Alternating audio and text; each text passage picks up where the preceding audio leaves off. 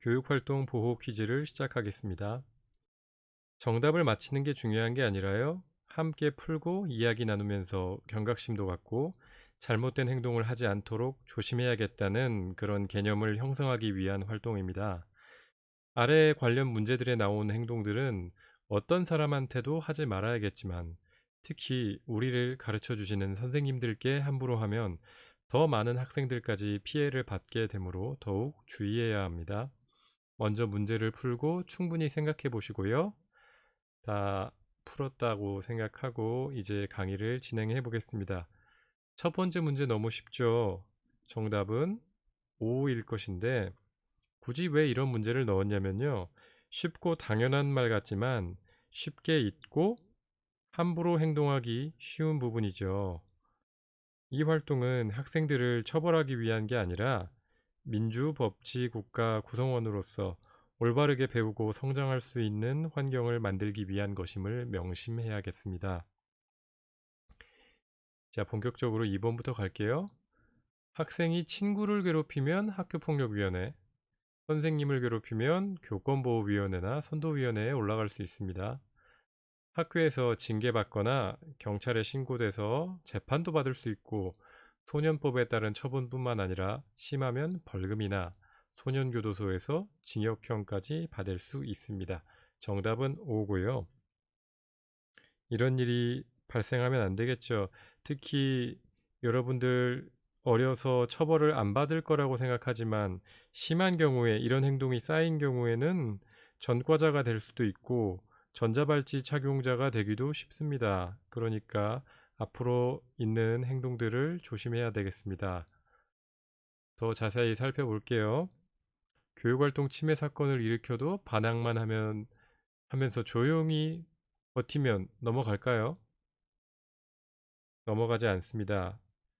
여러분이 실수로 침해 행동을 했을 때 선생님께 대들거나 심하게 욕을 한 거나 하면은 즉시 반성하고 학교의 교육적 조치에 따르면은 징계나 처벌이 경감될 수도 있어요.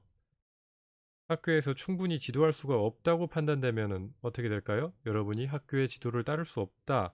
그러면 학교에서 여러분을 지도할 수 없다면은 누가 여러분들의 비행을 막겠습니까? 경찰이죠.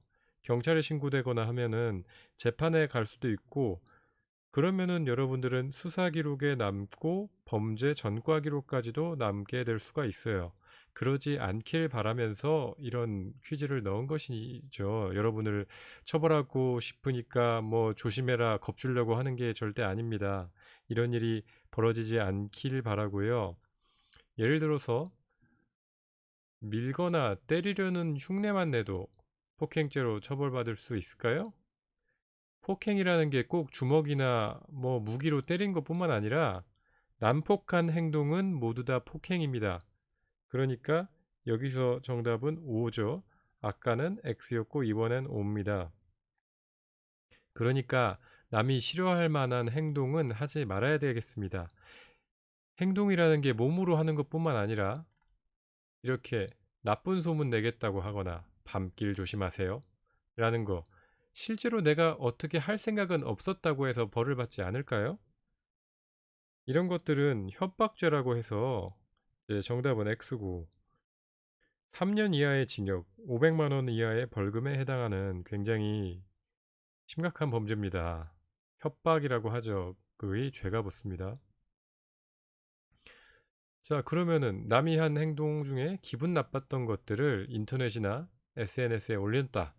사실대로 썼기 때문에 무죄일까요? 이런 거는 사실을 썼어도 사실적시에 의한 명예훼손이라고 하고 또 인터넷에 했으니까 사이버 명예훼손이라고 그러죠. 그러니까 무죄가 아닙니다. 유죄입니다. 남을 비방할 목적으로 사실을 써도 처벌이 됩니다. 가짜로 지어낸 내용이면 더 강하게 처벌될 수 있습니다. 기분 나쁜 일이 있었으면요. 왜 그런 일이 발생했는지 입장 바꿔서 전후의 맥락에 따라서 잘 살펴보고 선생님에게 이런 좀 섭섭함이 있었으면은 정중하게 여쭤봐야죠. 그리고 정말 선생님이 잘못된 행동인 것 같다라는 생각이 들면은 정당한 절차에 따라서 여러분의 인권을 지킬 수가 있습니다. 뭐 학생 인권센터도 있고 학교에 상담 선생님이나 여러 선생님들이 계세요. 그런 분들께 내 입장뿐만 아니라 여러 가지 입장에서 여쭤보고 이해를 해야겠죠. 내가 열받는다고 화난다고 무조건 그 사람에 대한 욕을 퍼뜨리면은 여러분들은 교권침해뿐만 아니라 범법자가 될 수가 있는 겁니다. 성인이 돼서 이런 일이 생기면요. 벌금으로 이제 전과자가 되거나 심하면은 감옥까지도 갈 수가 있거든요. 그러니까 학창 시절부터 정확한 개념을 갖고 살아야겠습니다. 이럴 때 직접 말로 하는 것보다 인터넷이나 SNS에 올리면 더 약하게 처벌될까요? 분명히 직접 말하는 것보다 이런 데 올리는 게 더 간단하고 쉽게 느껴질 수는 있는데요. 그 전파 속도나 파급력 같은 것들은 훨씬 더 강합니다. 그래서 최근에는 연예인에 대한 악플에 대해서도 벌금뿐만 아니라 징역형까지 나오는 경우가 있거든요. 감옥에 간단 말이죠. 그런 행동을 하지 못하도록. 학생이 해도 심각한 경우에 그렇게 될 수가 있습니다. 그러니까 연예인들 악플 달듯이 친구나 선생님에 대한 욕을 막 인터넷에 올린다는 거 절대 하시면 안 됩니다. 정답 X고요.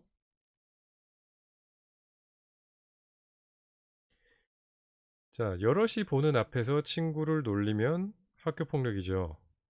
선생님 같은 어른들은 괜찮을까요? 그냥 넘어가겠지 하지 않습니다. 그냥 넘어가지 않습니다. 기본적으로 사람 사이에서는 서로 기분 나쁠 행동을 하면 안 되죠. 여러분한테도 누가 그러면 안 되고 여러분도 누군가한테 그러면 안 되고요. 이런 일이 너무 많이 발생하기 때문에 학생들을 예쁘다, 귀엽다 혹은 그래도 학생이니까 봐줘야지 하는 게 이제는 너무 심해져서 다른 친구들까지 너무 피해를 많이 받기 때문에 징계부터 심하면은 재판까지 받을 수가 있어요. 그러니까 뭐 어른을 놀린다거나 무례하게 한 행동 같은 거 하지 마셔야 됩니다. 더 심하게 여러분들이 신체 접촉이라는 거 친하게 느껴서 친해지고 싶어서 혹은 호기심 때문에 관심 끌려고 신체 접촉이라는 건요. 상대방이 싫어하는 행동을 하면은 물리적인 힘을 발휘하면요. 폭행죄고요. 그것이 성적인 것과 연결이 되면 성추행도 될 수 있어요. 그러니까 절대로 하시면 안 됩니다. 실수로라도 상대방 몸에 닿지 않도록 안전거리를 유지를 하고 실수로라도 뭐 몸이 닿았다 하면은 상태가 불쾌해하는 것 같다 하면은 즉시 사과하고 그러지 않도록 약속하셔야 됩니다. 강제추행죄는요 굉장히 중요해요. 10년 이하의 징역까지 될 수 있어요. 이런 거 정말 심각한 행동인데요. 처벌받게 할 목적으로 거짓말로 신고를 하면요. 무고죄라고 해서 이것도 10년 이하의 징역까지 갈 수 있습니다. 억울한 점에 대해서는요. 전후 맥락을 정확하게 파악을 하시고 정리를 하신 상태에서 어 이게 상대방을 비방할 목적이 아니라 옳은 방향이 무엇인지 알기 위한 목적으로 혹은 억울한 사람이 있다면은 그 억울함을 풀어줘야겠다는 공익적인 목적으로만 정당하고 정중한 방법에 따라서 해결을 하셔야 돼요. 거짓말하기 시작하면요. 여러분이 정말 억울한 일을 겪은 부분이 있다고 하더라도 거기에 대해서 구제받기가 어렵습니다. 여러분들이 교내에 게시물 장난으로나 혹은 좀 기분 나쁜 부분이 있다고 해서 함부로 찢을 수도 있는데요. 대수롭지 않게 찢겠지만 이런 것들은 처벌을 심하게 받을 수도 있습니다. 특히 공공문서를 훼손한 것이잖아요. 생각보다 굉장히 심각한 일입니다. 자, 12번부터는 사실 선생님도 말하는 게 좀 민망한 부분이 많지만 이런 일로 피해를 받는 경우가 많고 또 아무 생각 없이 이런 행동을 계속 하다 보면은 여러분들이 심각하게 범법자가 될 수도 있어요. 나쁜 사람으로 인식되기도 하고요. 그러니까 조심하시라. 자, 친구들끼리 아무 생각 없이 야한 농담을 했다. 친구들이 재밌어 한다고 했다. 이건요, 언어적 성희롱이라고 하고요. 언어적 성희롱. 이 중에서 기분 나빠하는 사람이 학생이든 선생님이든 혹은 동성애 친구든 같은 성별이라고 해도 다 포함되는 거 아시죠? 한 명이라도 기분 나빠하는 친구가 있다면은 언어적 성희롱이 될 수가 있어요. 성적인 호기심이 있다 하면은 성교육 시간이나 혹은 상담 선생님이나 이런 분들한테 정중하게 궁금한 걸 여쭤봐야 되는데 이거를 막 함부로 얘기하면은 성희롱이 될 수 있는 겁니다. 특히 이거는 여러분 손에 스마트폰이 많기 때문에 쉽게 할 수 있는데 굉장히 심각한 범죄입니다. 최근에 뉴스에서도 많이 봤을 겁니다. 좀 혼나고 말겠지 하는 생각 이제 절대 이렇게 넘어가지 않아요. 그 피해가 너무나 심각하거든요. 이런 일이 발생하게 되면요. 심하면은 강제 전학의 퇴학까지 받을 수 있고요. 성범죄자가 되는 겁니다. 이렇게 될 수 있어요. 형사재판을 통해서 5년, 징역 5년, 감옥 5년 가는 게 쉬운 일이 아닌데요.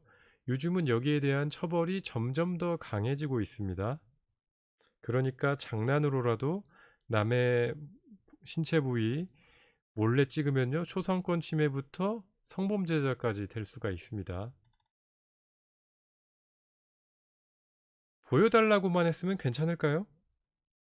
이건요. 유포를 도운 행동으로 됩니다. 그러니까 몰래 찍은 사람뿐만 아니라 복사하면서 공유한 사람이나 보여달라고 한 사람까지 모두 다 처벌받을 수 있습니다. 자, 그림 그리는 장난 많이 치죠. 여러분들이 뭐 예술이라고 장난처럼 말할 수도 있고 한데 이것도 심하면요. 좀 용어가 어렵긴 하지만 알아두시면은 좋겠죠. 음화, 음란물 제조 반포라고 합니다. 이런 일이 일어나게 되면요. 부모님께 당연히 연락이 되고 여러분이 그린 그림도 부모님께 전송이 되겠죠. 전송되거나 아니면 부모님이 왔을 때 보시게 되겠죠. 그냥 웃고 넘어가고 계속 돌려보는 이런 일은 일어나기 어렵습니다. 징계로는요, 교내봉사부터 강제전학까지 가능하고 심하면 퇴학까지 됩니다. 특히 이 그림 속에 특정 인물이 지정이 됐다. 그 인물이 수치심을 느낀다 하면은 그 수위가 굉장히 높아지고요. 이거는 아주 약하게 됐을 때 얘기고요. 피해자가 원치 않는데 이런 걸 당했다고 하면은 그 처벌 수위가 어마어마하게 높아지게 됩니다.